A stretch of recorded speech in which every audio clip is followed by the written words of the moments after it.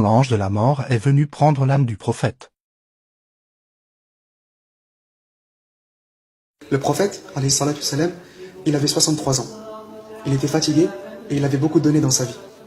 En y réfléchissant bien, 1400 ans après, il avait traversé tellement d'épreuves.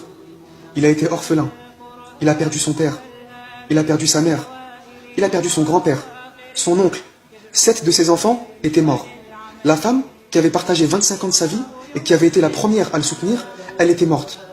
Il y a aussi son honneur qui a été touché pendant 1 mois à cause de la calomnie sur Aïcha. Il a été frappé, insulté de tous les noms.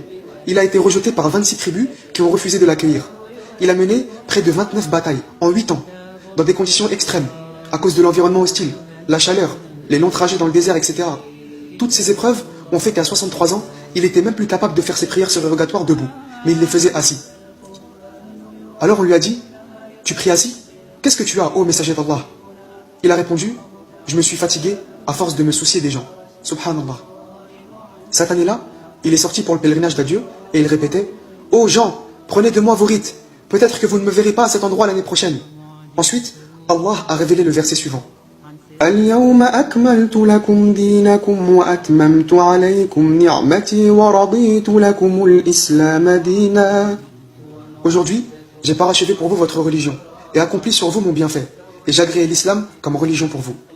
Tout le monde était content en apprenant ce verset, sauf une personne, sauf Abu Bakr, qui lui s'est mis à pleurer. On lui a dit, « Ya Abu Bakr, pourquoi tu pleures comme ça? Pourquoi tu pleures alors que ce verset annonce une magnifique nouvelle ?»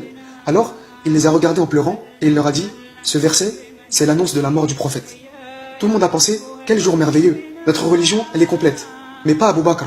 Abu Bakr, lui, il a pensé, si la religion, elle est complète, ça veut dire que le message est fini et que la mission du prophète, alayhi salatu salam, elle est terminée. Donc, l'existence du prophète, alayhi salatu salam, sur cette terre, elle est terminée aussi.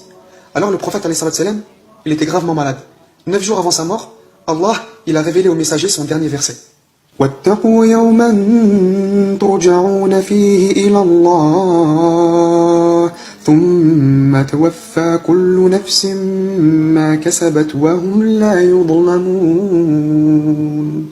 Et craignez le jour où vous serez ramenés vers Allah. Alors chaque âme sera pleinement rétribuée de ce qu'elle aura acquis, et ils ne seront point lésés.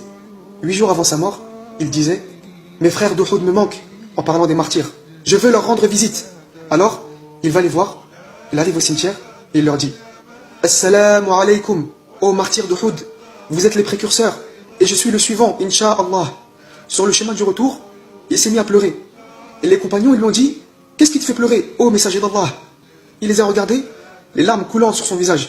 Il leur a dit, « Mes bien-aimés me manquent. » Alors les compagnons, ils lui ont dit, « C'est pas nous tes bien-aimés ?» Il leur a dit, « Non, vous êtes mes compagnons. Mes bien-aimés, c'est ceux qui viendront après moi et qui croiront en moi alors qu'ils ne m'ont pas vu. » Le prophète, alayhi salam, il était donc très malade. Et son état de santé, il s'aggravait de plus en plus. Il a alors rassemblé ses épouses et il leur a dit, « Est-ce que vous m'autorisez à me faire soigner chez Aïcha? Subhanallah, regarde, il est en train de mourir et il pense encore au bon comportement envers ses épouses. » Les épouses du prophète, alayhi salam, elles l'ont donc autorisé à passer ses derniers jours chez Aïcha. Et comme vous le savez, la maison de Aïcha, elle était collée à la mosquée. Et ce qui les séparait, c'était un simple rideau. D'un côté du rideau, les gens. Ils étaient tellement inquiets de son état qu'ils se sont rassemblés dans la mosquée sans boire et sans manger. Ils étaient là à attendre la moindre nouvelle. De l'autre côté du rideau, le prophète, alayhi salam, qui essuyait la sueur de son front et qui disait « La ilaha illallah ». Certes, la mort a ses moments d'agonie. Ensuite, il a entendu le bruit de la foule dans la mosquée. Et il a dit « C'est quoi ce bruit ?» Alors on lui a dit « C'est les gens qui se sont rassemblés, ils ont peur pour toi. » Il a dit « Emmenez-moi à eux. » Puis il leur a dit « Ô gens, on dirait que vous avez peur pour moi. » Ils lui ont répondu « Oui, ô messager d'Allah. » Il leur a dit « Ô gens, mon rendez-vous avec vous n'est pas ici-bas.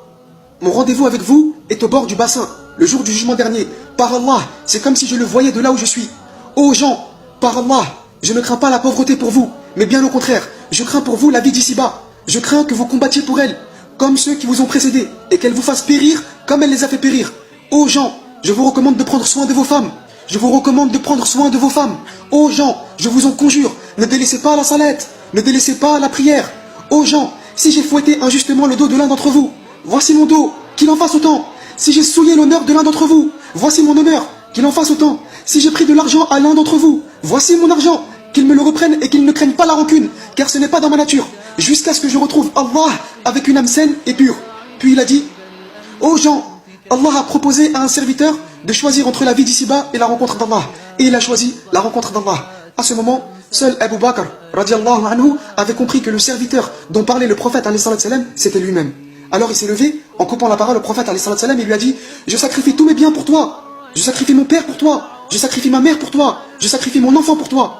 Et là, imaginez-vous cette scène. Le prophète, lève ses mains vers le ciel et dit, qu'Allah vous mette à l'abri. Qu'Allah vous assiste. Qu'Allah vous honore. Qu'Allah vous préserve. Qu'Allah vous consolide.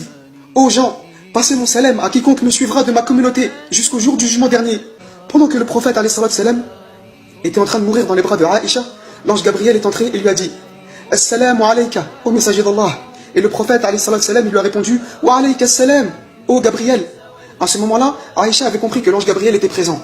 Ensuite, Gabriel a dit au prophète L'ange de la mort est devant ta porte.